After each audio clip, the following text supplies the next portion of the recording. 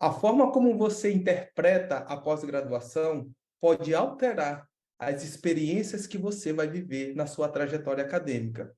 Sejam muito bem-vindos, sejam muito bem-vindas ao canal O Jogo Interno da Pós-Graduação. Eu sou o André, aqui está o Igor, aqui está a Camila, e nós queremos fornecer a vocês as ferramentas para que vocês possam trilhar um caminho da pós-graduação, levando em conta um sucesso profissional, mas sem deixar de viver o seu desenvolvimento humano na sua plenitude. Então, eu vou me apresentar para vocês. Eu sou André Luiz Ferreira, sou doutorando em História na Universidade Federal do Pará, me graduei em História em Ciências Humanas com habilitação em História pela Universidade Federal do Maranhão e, em seguida, vim para a UFPA, onde eu fiz meu mestrado e estou no doutorado. Ao longo da minha carreira acadêmica, eu procurei ter como um dos principais valores o meu desenvolvimento humano atrelado à internacionalização da minha carreira. Por isso, eu sempre busquei oportunidades internacionais desde a minha graduação. E antes de a gente se tornar internacional, nós devemos buscar visualizar as oportunidades no Brasil. Então, eu pude viajar na graduação por quase todo o Brasil, apresentando trabalho, participando de eventos. No mestrado, tive a primeira oportunidade de ir para Portugal, apresentar minha pesquisa. E no doutorado, eu tive, de fato, uma efetiva internacionalização, quando, em 2020, eu passei a atuar como pesquisador na casa de Maurício de Nassau, a Maurits House, nos Países Baixos, na cidade de Haia, e após um ano na cidade, no projeto Revisitando o Brasil Holandês, no Museu Maurits House, eu fui para a cidade de Bonn, na Alemanha, onde eu também atuei como pesquisador de doutorado. Então, ao longo da minha trajetória acadêmica, o que eu pude perceber é que estudar, desenvolver pesquisas, escrever são fundamentais. São partes do nosso ofício enquanto pós-graduando, da nossa formação.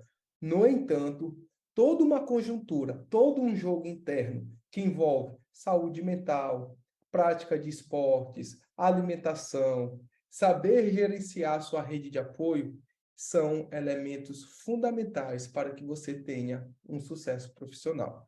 Então, compartilhar essas experiências aqui é uma das missões que também tenho para trazer nesse programa, para que você possa transformar a sua vida por meio da educação. E agora, eu gostaria também de convidar aqui os meus amigos para poder se apresentarem. Então, vamos lá. Camila, a bola está com você, minha amiga. Obrigada, André, pegar essa bola aqui. Estou até emocionada, nosso primeiro vídeo aqui para o canal. E muito feliz de fazer parte desse jogo interno da pós-graduação. É muita honra de compartilhar essa cadeira aqui com vocês e trazer um pouco da minha experiência da pesquisa e da minha experiência prática sobre o que é ser um estudante de pós-graduação e o que é ser um orientador dentro desse universo da pós-graduação. Bom, então eu sou a Camila, sou formada em Educação Física, terminando uma formação em Psicologia, e a minha trajetória, ela é um pouco diferente do que uma trajetória convencional. Eu vim de uma graduação, sempre ali na prática, no treinamento esportivo, trabalhando com atletas, e tendo esse olhar um pouco mais do desenvolvimento mental para performance. Pensando nisso, eu fiz um concurso para uma universidade pública aqui de Minas, passei, e estando dentro da universidade que eu comecei a desenvolver, de fato, as pesquisas nessa temática. Então, eu iniciei ali minha carreira na área da psicologia do esporte, fiz um mestrado, doutorado, e no finalzinho do doutorado eu voltei para a graduação, porque eu queria aprofundar um pouco mais nesses conceitos, nesses parâmetros relacionados aos aspectos mentais e cognitivos do desenvolvimento humano. Acho que tem tudo a ver com o que a gente vai conversar aqui, eu acho, diversos parâmetros individuais e coletivos que a gente pode contextualizar e transformar, porque se a gente for pensar na prática, né, o pós-graduando, ele vive uma rotina muito semelhante com o atleta. E daí vem a ideia do jogo interno da pós-graduação. É uma rotina onde você precisa abrir mão de diversas vivências, experiências sociais. É uma rotina que você tem que estar sempre muito focado, muito concentrado em alta performance cognitiva de escrita e sob a pressão do tempo. Né? Um mestrando tem aí 2 anos para fazer uma pesquisa, um doutorando tem ali seus 4 anos, mas a gente sabe muito bem o que acontece nesses 2 anos. Não é só chegar ali e desenvolver um projeto de pesquisa, tem uma série de demandas que você precisa lidar, totalmente diferente, um ambiente novo, né, da graduação para pós-graduação, e aí vem diversos desafios que cada estudante precisa se adaptar dentro da sua rotina. Então, eu acredito que a gente vai ter muita coisa legal para conversar dessas experiências e de como treinar esse aluno, esse pós-graduando, para ele chegar no final desse processo com uma excelente performance e preservando a sua saúde, que é um dos focos que a gente tem aqui. Bom, dito isso, convido aqui o Igor, nosso outro membro, para se apresentar e falar um pouquinho da sua trajetória. Obrigado, Camila. Obrigado, André. É um prazer estar aqui com vocês hoje e nesse nosso grande projeto, que é o Jogo Interno da Pós-Graduação. Então, para quem não me conhece, meu nome é Igor Guevara, eu sou professor nos cursos de administração, eu sou administrador de formação, tenho mestrado e doutorado também em administração pela Universidade de Brasília. E, gente, minha carreira, eu costumo comentar sempre assim, eu tinha um sonho profissional muito grande, assim, prático. Quando você entra na administração, todo mundo quer ser CEO de alguma coisa, né? Então, eu trabalhava com consultoria, eu fui membro de empresa júnior, saí de lá, fiquei mais 1 ano trabalhando em consultoria na parte de gestão de projetos, processos, estratégia, e eu achava aquilo o máximo. Gostava de viajar, viajava pelo Brasil, adorava essa dinâmica, né, de administrador. Mas eu vi também na consultoria que o que eu estava aplicando em um certo momento era muito superficial. Eu falava assim, nossa, eu adoro fazer isso, mas a coisa é mais complexa. Eu pensava assim, eu acho que esse nível aqui não está legal. E aí, isso juntou também com um planejamento que eu tinha de carreira que era o seguinte, eu tinha que fazer uma pós-graduação. Eu sabia que eu tinha que me aperfeiçoar, e quando eu fui ver o preço da pós-graduação, eu lembro até hoje o valor dessa pós-graduação. Era exatos R$ 24.000. 4.000 algumas coisinhas. E na época, André Camelo, eu ganhava exatos R$ 2.200 de salário. Eu falei, essa conta não fecha. Não vai dar certo. E aí eu falei, olha, eu preciso aperfeiçoar minha prática. Se não vai ser nessa pós-graduação paga, eu vou voltar a pensar no meu mestrado. Fui falar com o meu orientador, que foi o meu orientador na iniciação científica, no meu TCC, no mestrado e no doutorado, e eu descobri o seguinte, que faltava 1 semana para o processo, para terminar o processo seletivo da pós-graduação. E aí eu me virei, fiz esse processo, comecei o mestrado, consegui aguentar a consultoria por mais 1 ano, negociando carga horária com os meus chefes. Aí depois eu abri mão e vi que eu tinha que fazer uma transição. E aí eu fiz a transição, fiquei trabalhando como pesquisador na Universidade de Brasília, em alguns projetos de pesquisa. E aí só 2 anos depois que eu consegui, né, um cargo como professor, e aí estabeleci essa nova carreira. Sou super feliz com ela, assim, né? Adoro ser professor, quero continuar sendo professor, e é isso, e principalmente orientar projetos de pesquisa. Então, vivi essa pós-graduação com tudo, né? Vivi trabalhando, e eu acho que a gente tem muita coisa para trocar aqui, estou numa expectativa alta nesse jogo interno da pós-graduação. Esse é um pouquinho aí da minha história, né? E aí, pessoal que está ouvindo a gente, é interessante entender, né? A gente está falando aqui de jogo interno da pós-graduação, mas entender por que a gente veio, né? O que a gente está fazendo aqui. E aí, André, vou soltar para você essa primeira responsa. Ah, eu acredito assim, Igor, né, com a Igor, Camila, escutando as trajetórias de vocês e até observando também um pouco da minha, é que a gente chegou, né? Eu estou aqui em vias de defender a tese do doutorado, vocês já são doutores, e a gente vive uma era do mundo digital que possibilita ter novas ferramentas, né? Novos aprendizados, meios de conduzir uma pós-graduação. Mas a gente também deu muita cabeçada, né? Até chegar aqui, a gente, nós três, em algum momento, não se perdeu, teve que se reencontrar, refazer a rota, porque a bem da verdade é que falar de planejamento de de carreira acadêmica, parece até o que a Camila já falou na fala dela, né? Ah, você tem que fazer graduação, mestrado e doutorado. Essa é a ordem. Aí a Camila vem numa outra perspectiva, já não é um planejamento de carreira, ela antecipou. Não.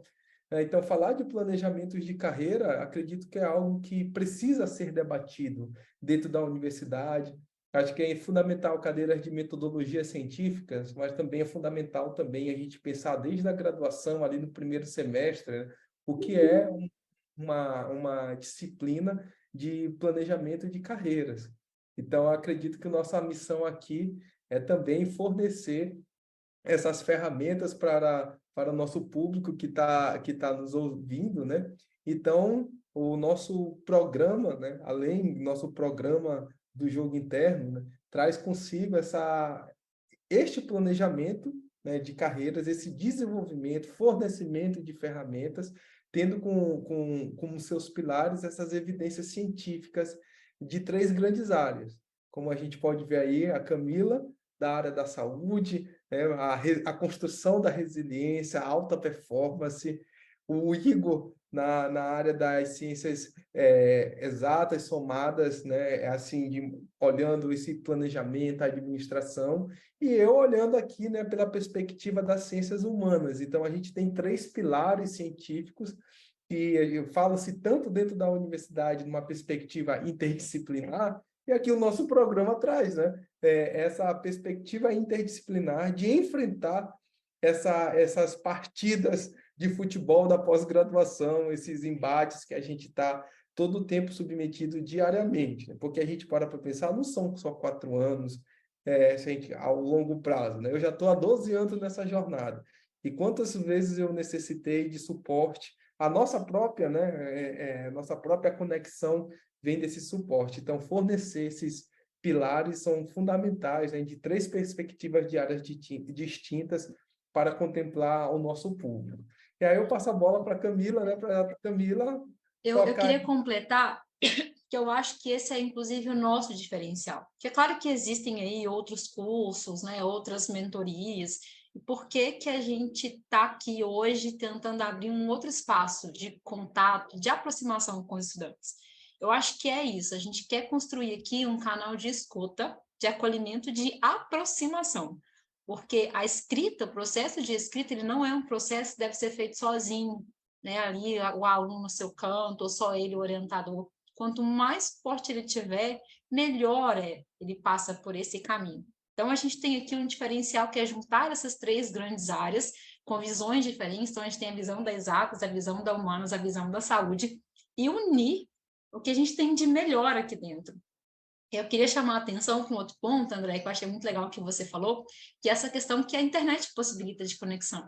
Eu estou aqui em Minas, o Igor lá no Centro-Oeste, você aí na região Norte-Nordeste. Então, assim, você não decide onde é que você vai estar, né? Então, estamos ali Hoje eu estou na Amazônia, colocando né? você nos dois, tá? Porque cada dia você está num lugar, lá semana que vem está na Europa, enfim. Isso é Então, verdade. a internet, ela permite que a gente se aproxime e a gente conecta aí com pessoas do Brasil todo. Então, a gente vai trazer questões não só específicas do nosso conhecimento, mas também das nossas experiências, com o olhar de diferentes universidades do Brasil, o contato com diferentes pesquisadores do Brasil.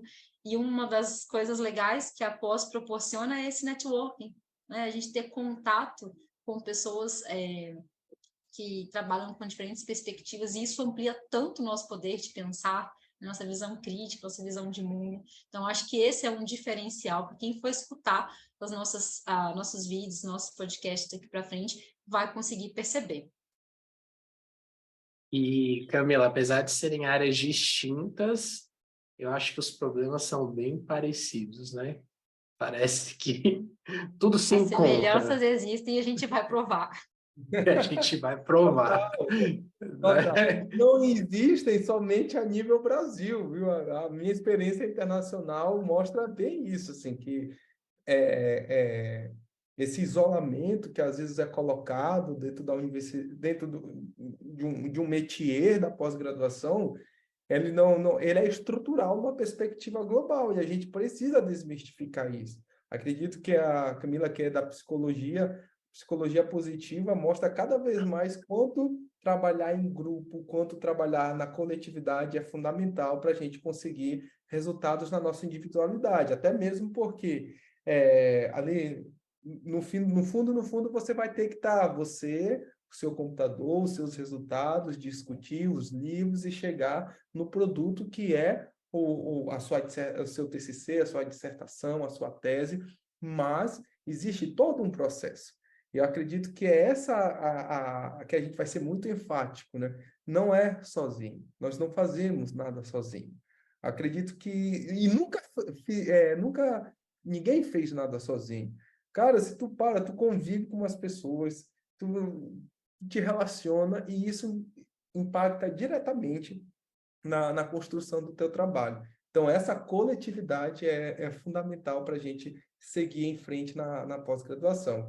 Então, Camila, fala um pouco aí para a gente, né? Conta para o nosso público aí sobre a missão do nosso canal, a missão que a gente tem, em vista do que a gente já está apresentando aqui.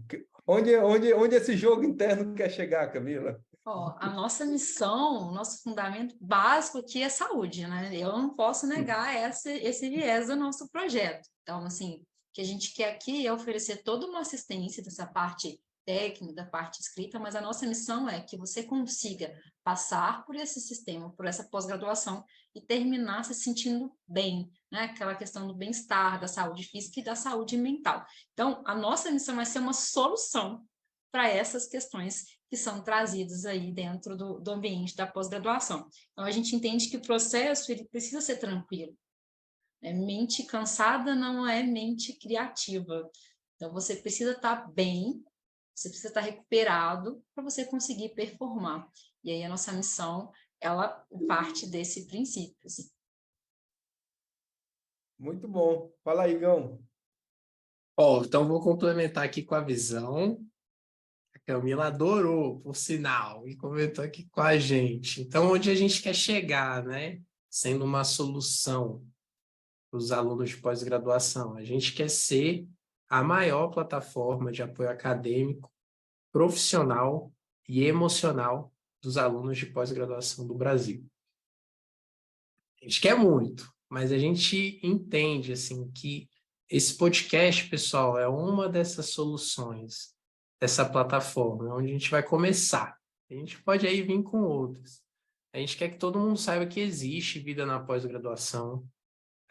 Normalmente a gente sempre tem um sentimento, eu diria até mais negativo, assim, da pós, várias frustrações, mas a gente está aqui, saindo da pós-graduação, né?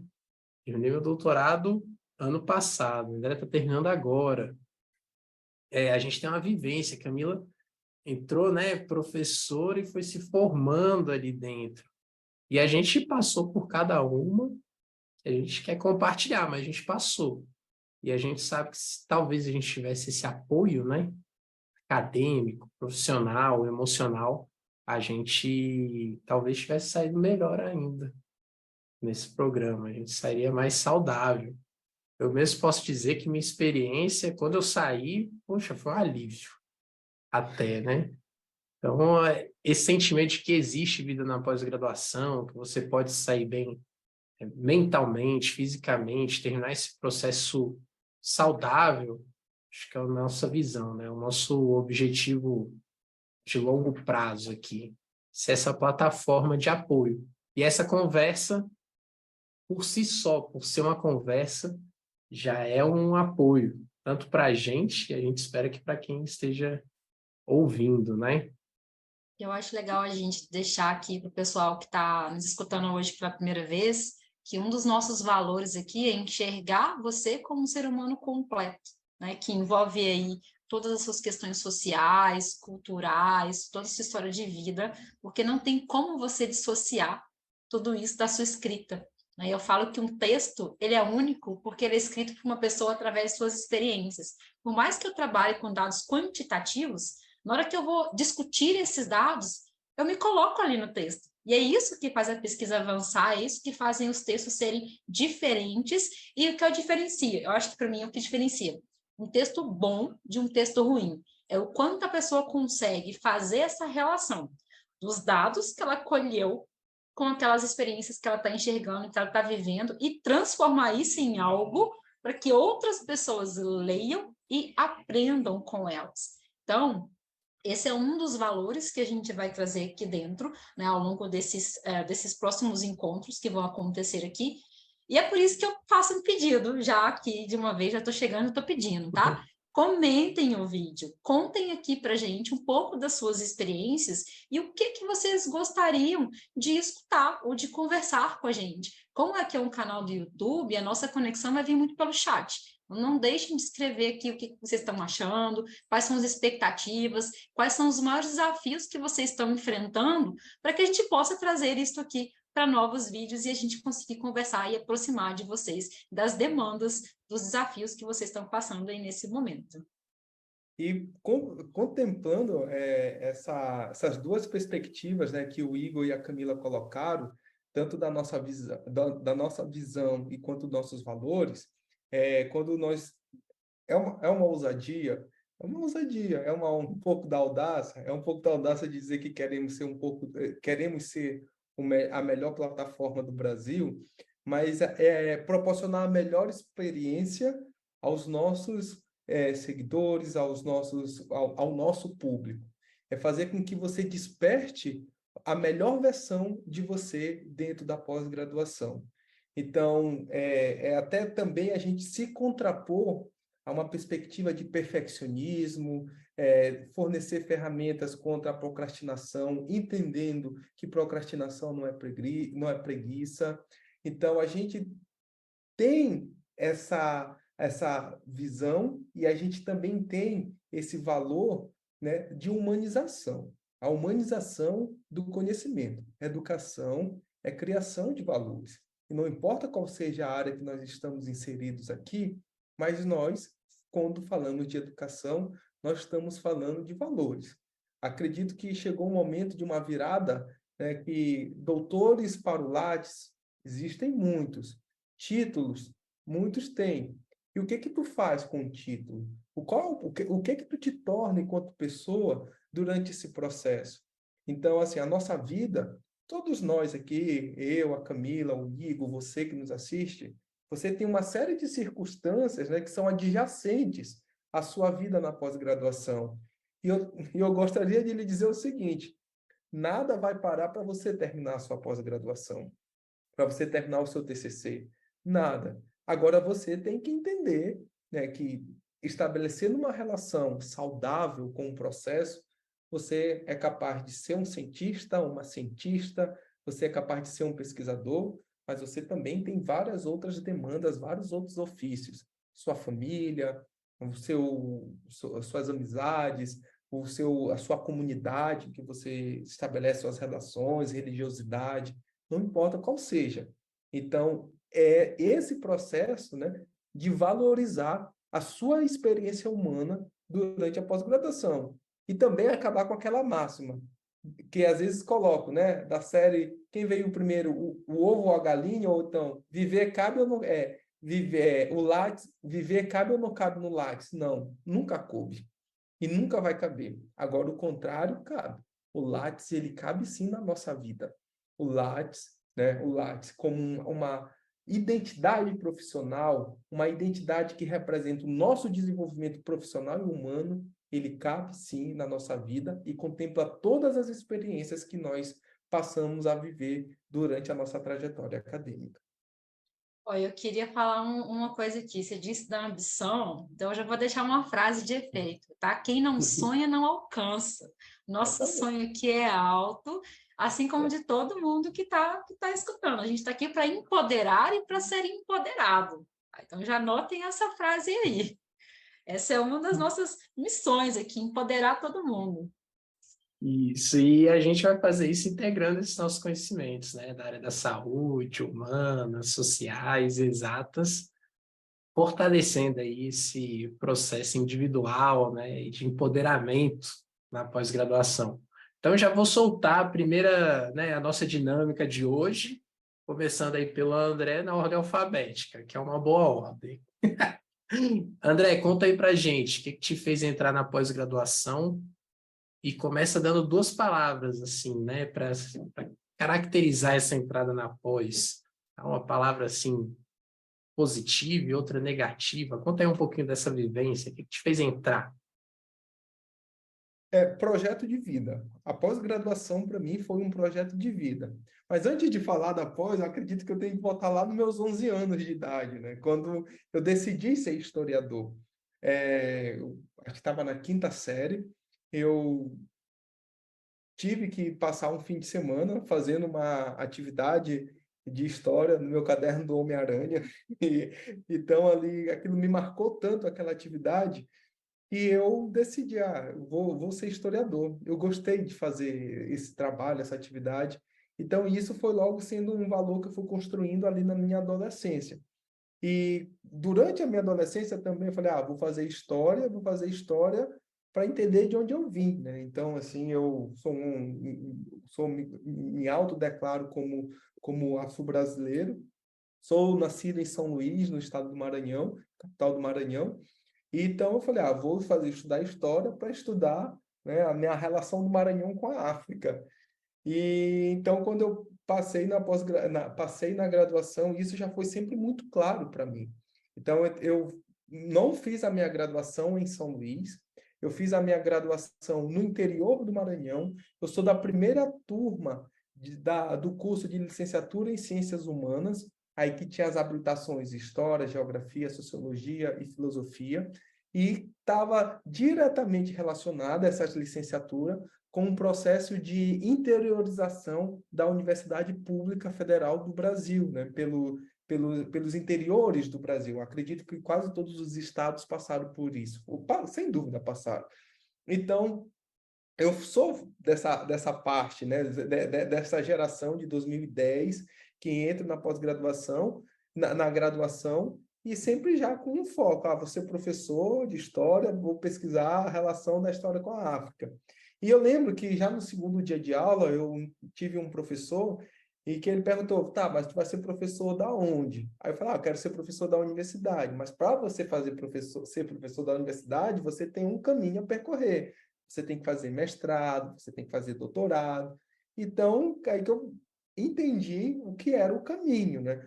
Aí, então, logo eu entendi assim, nada aqui, se eu for um atrás do outro, né, na sequência, são 10 anos. Isso aqui é um projeto de vida para mim.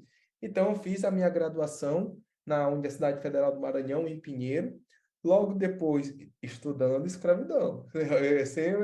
Isso foi muito claro para mim, estudando a história da escravidão no Maranhão e de forma mais ampla na Amazônia. Então, depois, até pela minha própria pesquisa, né, eu vim para Belém, do Maranhão, vim para Belém, fiz o meu mestrado, e do meu mestrado passei no doutorado. Então, assim, esse foi um projeto de vida profissional para mim, esse foi um projeto de vida.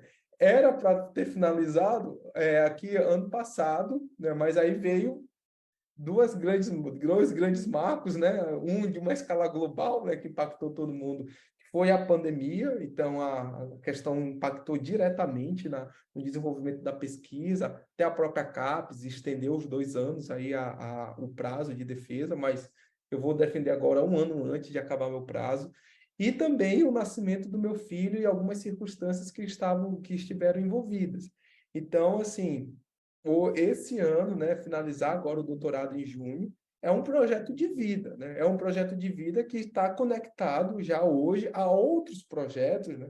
Aqui no mundo digital, fazendo esse desenvolvimento com as mentorias já no mundo digital, e também a minha carreira como pesquisador. Mas algo que também deve ser bem apontado, né, sobre um aspecto que podemos dizer que é negativo, né, no Brasil, isso, é que a pós-graduação, embora tu entenda como uma profissionalização, como encare com profissionalismo, tua jornada diária de trabalho, nós não temos uma regulamentação, né? E nós não somos profissionais legalmente. Então, acredito que talvez esse seja um principal aspecto, né? Tanto que dizem, né? Bolsa não é emprego. E, de fato, gente, né? Isso mesmo. A gente não tem direito a nada, a gente não tem um direito trabalhista. Então, hoje, né, debate-se cada vez mais, né? Depois de 10 anos, um reajuste nas bolsas, né? Então, assim, precisamos profissionalizar a carreira da pós-graduação, porque eu trabalhei na Alemanha, trabalhei na Holanda, e meus amigos de lá, que estão regulamentados por lá, eles são trabalhadores, né? São, de fato, têm todos os seus direitos trabalhistas garantidos. Então, talvez este seja um contraponto que eu faço a esse projeto. Mas também, talvez se não fosse por isso, a gente também não vem o ímpeto, né, de realizar um empreendedorismo no mundo digital.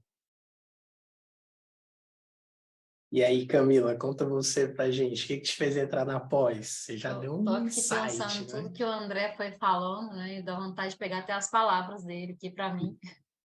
Mas, ô Igor, eu parto do seguinte princípio, assim, não existem palavras negativas. Por quê? Todas as experiências que a gente vive, a gente consegue aprender com elas. Então, se eu consigo extrair daquele momento algum aprendizado, algo que me faz crescer, isso é bom, isso é necessário. E eu aprendi isso na pós-graduação estudando resiliência, que foi meu tema aí do doutorado. Por isso que a minha palavra que me fez entrar na pós-graduação foi buscar crescimento, tanto na minha carreira, tanto enquanto pessoa. Eu percebo, sim, que eu me tornei uma pessoa muito diferente. Eu diria que melhor, depois que eu passei pela pós-graduação. Eu tenho um olhar muito mais sensível para diversas questões que antes eu não tinha, uma visão muito mais crítica, muito mais questionadora, que antes eu não tinha. Então, para mim, a pós-graduação, ela me fez ter esse olhar diferenciado sobre as questões que eu vivo ao longo da minha vida, sabe? E aí, esse crescimento pessoal é a palavra que me define, eu acho, enquanto ex-aluna da pós-graduação. Acho que eu posso dizer assim, se bem que a gente nunca vira ex-aluno, né? Porque depois vem a pós-graduação, vem o pós-doc, aí vem um outro curso, a gente está sempre estudando. Né? Minha família fica assim, você é doida, você só estuda? Eu falei, sou, porque é um negócio viciante esse trem de aprender. Quanto mais eu aprendo, mais eu quero aprender. Quanto mais eu leio, mais eu quero entender aquele conteúdo. E eu nunca estou satisfeita. Então, a sede aqui, ela é constante. Né? E isso a gente desenvolve, eu acho, dentro da pós-graduação. Por isso que, para mim, a pós-graduação, ela tem esse sentido de crescimento e ela também tem um sentido de disruptura, que é você romper com toda aquela forma de vida que você tinha, necessária para você se tornar esta outra pessoa.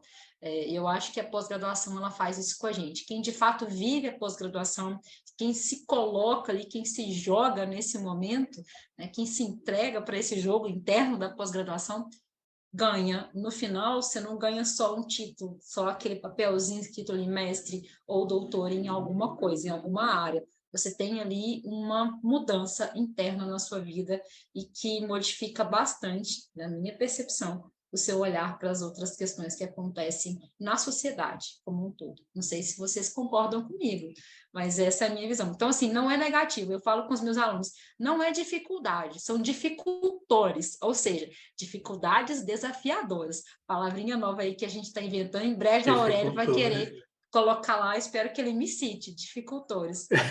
Gostei demais, gostei demais. É a questão da maturidade, né? A nossa maturidade profissional e pessoal. Acho que isso que a Camila fala é sinônimo de maturidade. E vai lá, Igão. Brilha, meu amigo. O que você Olha diz aí? só, pensando nisso, eu estava pensando nas palavras aqui, né? Que me fizeram entrar na pós, e aí já eu vou falar delas. Mas igual o André falou, eu tenho que voltar lá no meu ensino médio, assim. E Camila, que é psicóloga, vai concordar comigo. Sempre justifico, eu falo que tudo é culpa dos nossos pais, né? Meus pais são professores. Meu pai era professor de educação física, eu estudava no colégio que ele dava aula, eu fui aluno do meu pai. né? Eu jogava basquete com ele. E minha mãe foi 30 anos professora do curso de psicologia. Então, eu cresci, assim, com pais professores, né? E vi minha mãe fazendo mestrado, virando noite em casa. Eu estava conversando isso aqui ontem, virando noite, fazendo mestrado, enquanto já era professora, né? Há muito tempo. E eu lembro de, assim, nos meus 14 anos de idade, 15 anos de idade, de falar assim, eu vou ser professor. Só que eu não sabia do quê. Eu não tinha noção e eu olhava, né? Eu era um ótimo aluno, assim. Era aluno SS, eu lembro meu boletim, era um monte de SS. Aqui em Brasília, SS. E eu tinha poucos MS, mas eu não sabia do que ia dar aula. Eu não sabia se era aula de matemática, física, mas eu falava, eu não me identifico tanto com isso. História, eu falava, eu não lembro das coisas, gente. Eu preciso pegar o livro, lembrar disso. Eu não consigo decorar. Geografia, e eu me dava bem nas matérias. Português, eu falava, não sei. E eu fiz uma orientação vocacional que falou assim, olha, você tem perfil de liderança, acho que você pode fazer administração, você vai gostar. Eu nunca tinha pensado em administração. Meu avô é administrador de formação, e meu pai, logo depois que ele deixou de ser professor, ele começou a trabalhar como coordenador e diretor de colégio. Então, eu vivi mais meu pai não como professor, mas como coordenador e diretor. E eu falei, nossa, gente, a administração faz todo sentido. E eu sou apaixonado por administração. E quando eu entrei na administração, eu falei, agora eu sei. Eu quero ser CEO, mas talvez eu possa dar aula de administração. E quando veio aquela história lá do valor da pós-graduação, eu falei, pronto, mestrado, doutorado, eu vou ser professor em administração. Eu adoro isso, acho que isso teve um peso grande. E esse peso também, assim, de sempre gostar de estudar, de ter facilidade em estudar, eu acho que isso também me levou a entrar na carreira acadêmica e pensar assim, ó, se eu entrar nisso aqui, eu tenho que ir lá para o doutorado, né? E a primeira palavra que eu lembro, assim, ao entrar no mestrado e doutorado, tinha uma certa frustração profissional de achar que as coisas eram superficiais, mas tinha um negócio assim, eu tinha segurança, essa é a palavra para mim de pós, que eu teria uma segurança no meu trabalho. O André, estudando aí, né, escravidão, esse processo no Brasil, eu me entendi assim, como uma pessoa negra no país, eu tinha que ter uma formação altíssima, se eu quisesse ter alguma segurança. E a pós-graduação me proporcionou, eu lembro até hoje, quando eu terminei o doutorado, eu fiquei chorando quase 2 horas. Eu parei de chorar porque eu ia dar aula, era no meio da pandemia, assim, depois do primeiro ano da pandemia, eu chorava, chorava, chorava. E não aconteceu isso na graduação, quando eu entrei na universidade pública, não aconteceu quando eu saí, nem no mestrado. E eu falava assim, olha, entrar na universidade pública é uma coisa ótima, eu adoro a UNB, é uma coisa maravilhosa. Mas eu saí também, eu falava, ó, sair é muito bom. Mas eu acho que terminar o doutorado foi uma das maiores felicidades, assim, da minha vida. E eu chorava também porque talvez foi assim, o momento que eu mais sofri na minha vida. Aquilo ali, apesar de eu adorar, eu sofri muito. E chorar aquelas 2 horas parecia, não parava, assim, de sair lágrimas, sabe, gente? Então, acho que esse sofrimento acontece na pós por N motivos. E como o Camilo falou, tudo que vem, a gente vai aprendendo, né? Então, poxa, era um período de pandemia, eu terminando a pós, aquela pressão, e ao mesmo tempo eu estava com os meus alunos de graduação, já era professor, passando, tendo vivências parecidas com a minha. Lógico que em níveis distintos, mas eu acompanhava lá meus alunos chorando, meus alunos sofrendo ali com a iniciação científica deles, com os prazos que eles tinham. E ao mesmo tempo que eu ia sofrendo, né, ia tendo apoio, eu falando para eles, olha, eu aprendi isso aqui, faz dessa forma, né? Melhor assim, descansa. Ia passando conhecimento, as formas que eu ia lidando, né, as estratégias que eu ia aprendendo ali na pós-graduação. E esse sofrimento ainda era pior, assim, porque às vezes eu pedi ajuda. Quando você está estudando, André e Camila, parece que ninguém acha que isso é um trabalho, né? Ninguém vê isso como um trabalho, parece que é um hobby. Você fala, ó, gente, eu preciso estudar. Então, se tu tá em casa estudando, você está disponível, você não pode estar ocupado, né?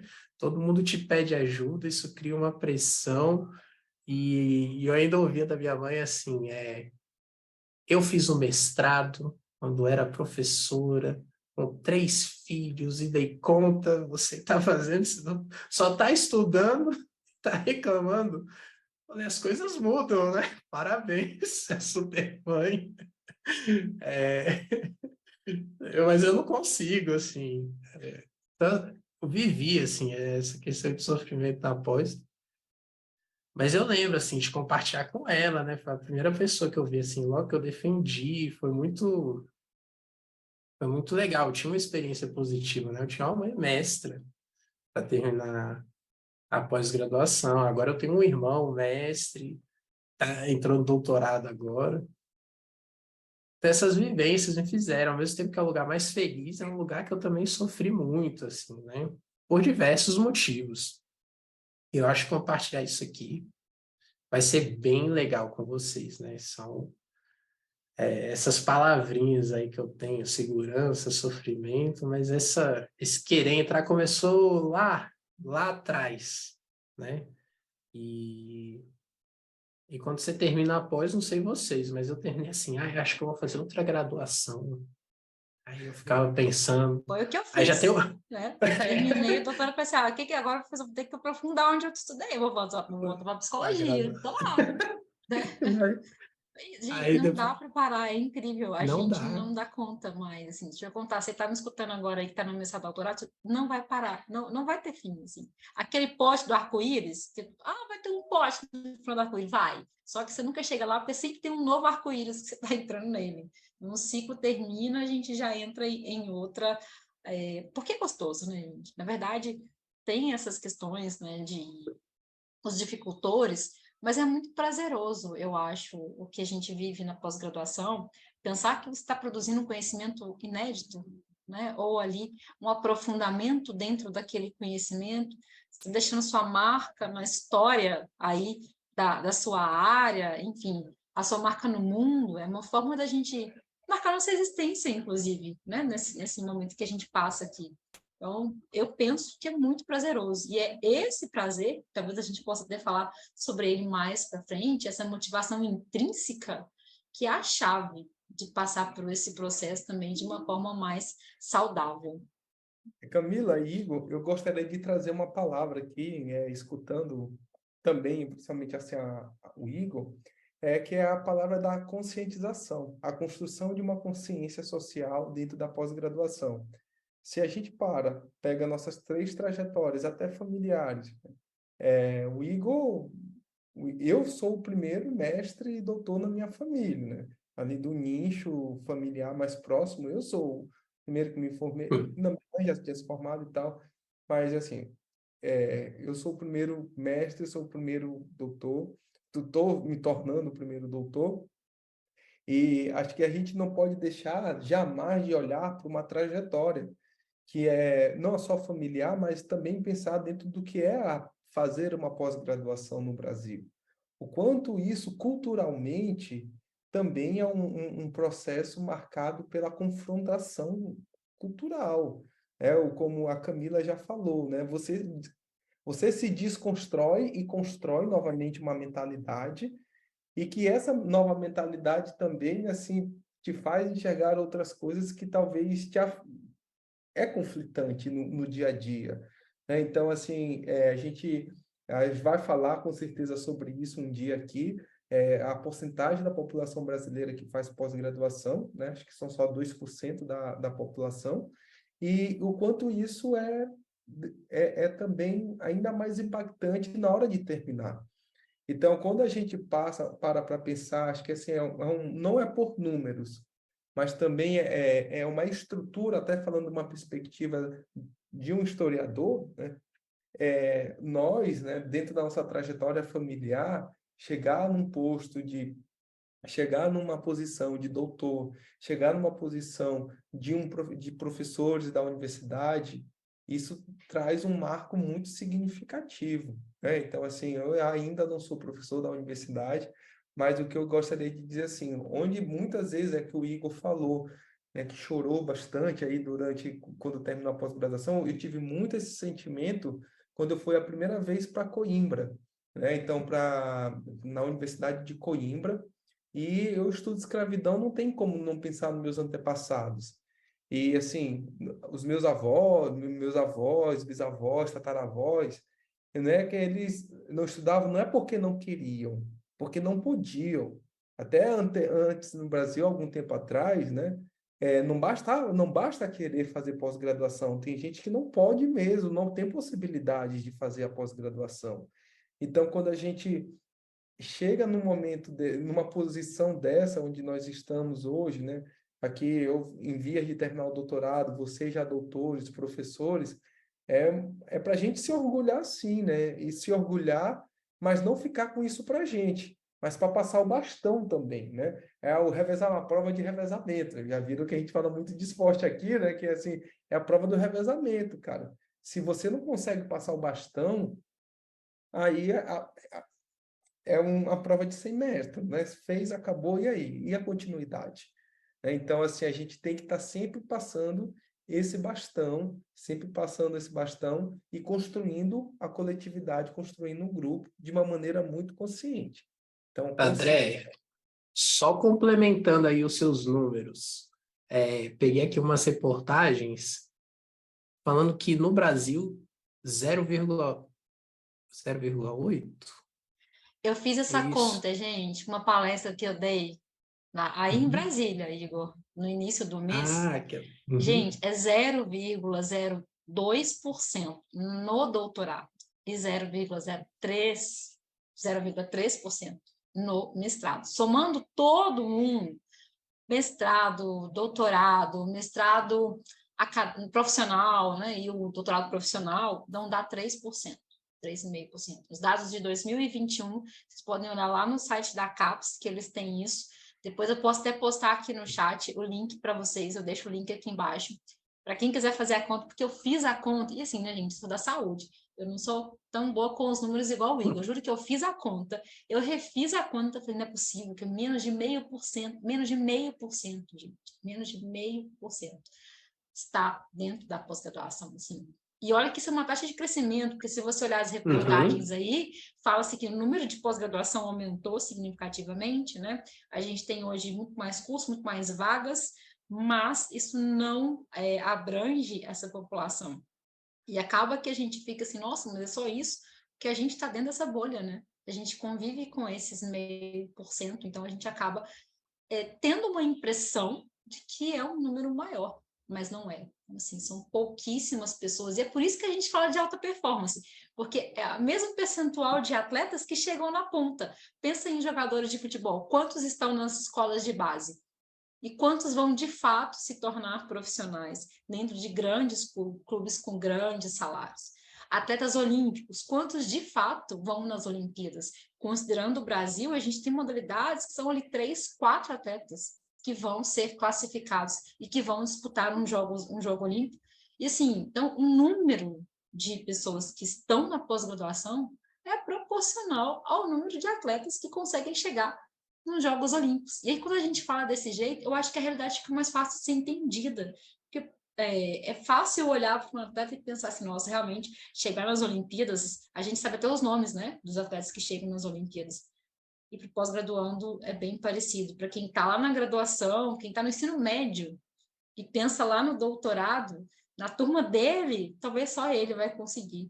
Ou às vezes, né, nem ele, se a gente pensar que 0,5%. É um número muito pequeno.